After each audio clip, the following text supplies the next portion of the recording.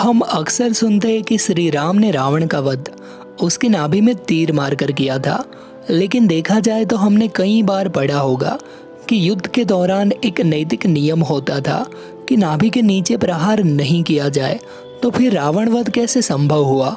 इसके पीछे हनुमान जी की अपार बुद्धि ही थी। श्री राम और रावण के बीच भयंकर युद्ध हो रहा था। श्री राम रावण का शीश काटते, लेकिन उसका दूसरा शीश प्रकट हो जाता।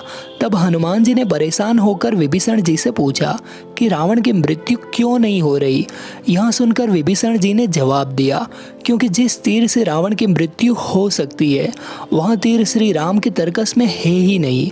हनुमान जी बोले, तो विभीषण जी फिर वह तीर कहाँ है? विभीषण ने बताया, ब्रह्मा जी ने रावण को किसी भी देवता से ना मारे जाने का वरदान दिया था, लेकिन किसी मनुष्य द्वारा मारे जाने की कल्पना रावण के दिमाग में थी।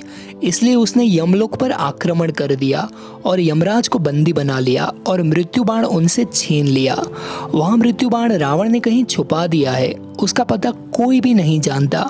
विभीषण की बात सुनकर हनुमान जी लंका में गए और हर जगह मृत्यु बाण को ढूंढ मारा, लेकिन उन्हें बाण कहीं नहीं मिला। फिर हनुमान जी ने सोचा कि मैं यमराज के पास जाता हूँ। उन्होंने यमराज से कहा कि वह युद्ध भूमि में जाए और रावण को अपने दर्शन दे, जिससे रावण को ऐसा लगेगा कि उसकी मृत्यु नजदीक आ गई है, क्योंकि यमराज के दर्शन तो मृत्यु के समय ही होते हैं। क्योंकि उसकी मृत्यु उस मृत्यु बाण से होगी, तो वह अपने बाण को ढूंढने और उससे सुरक्षित जगह पर पहुंचाने का काम अवश्य करेगा। फिर ऐसा ही हुआ। यमराज को युद्ध भूमि में अपने सामने देखकर रावण घबरा गया। उसे अपने मृत्यु बाण का ख्याल आया और आसुरी माया से अपने दो शरीर बनाए। एक शरीर से वह श्री राम से युद्ध भूमि में युद्ध कर रहा था और दूसरे शरीर के साथ उसने लंका में प्रवेश किया, लेकिन हनुमान जी की दृष्टि से उसका वह मायावी शरीर ना बचा। हनुमान जी ने देखा कि रावण लंका में स्थित एक मायावी गुफा में प्रविष्ट हुआ और वहां जाकर उसने अपने मृत्यु बाण को देखा और उसे सुरक्षित देखकर खुशी खुशी युद्ध भूमि की ओर चला गया।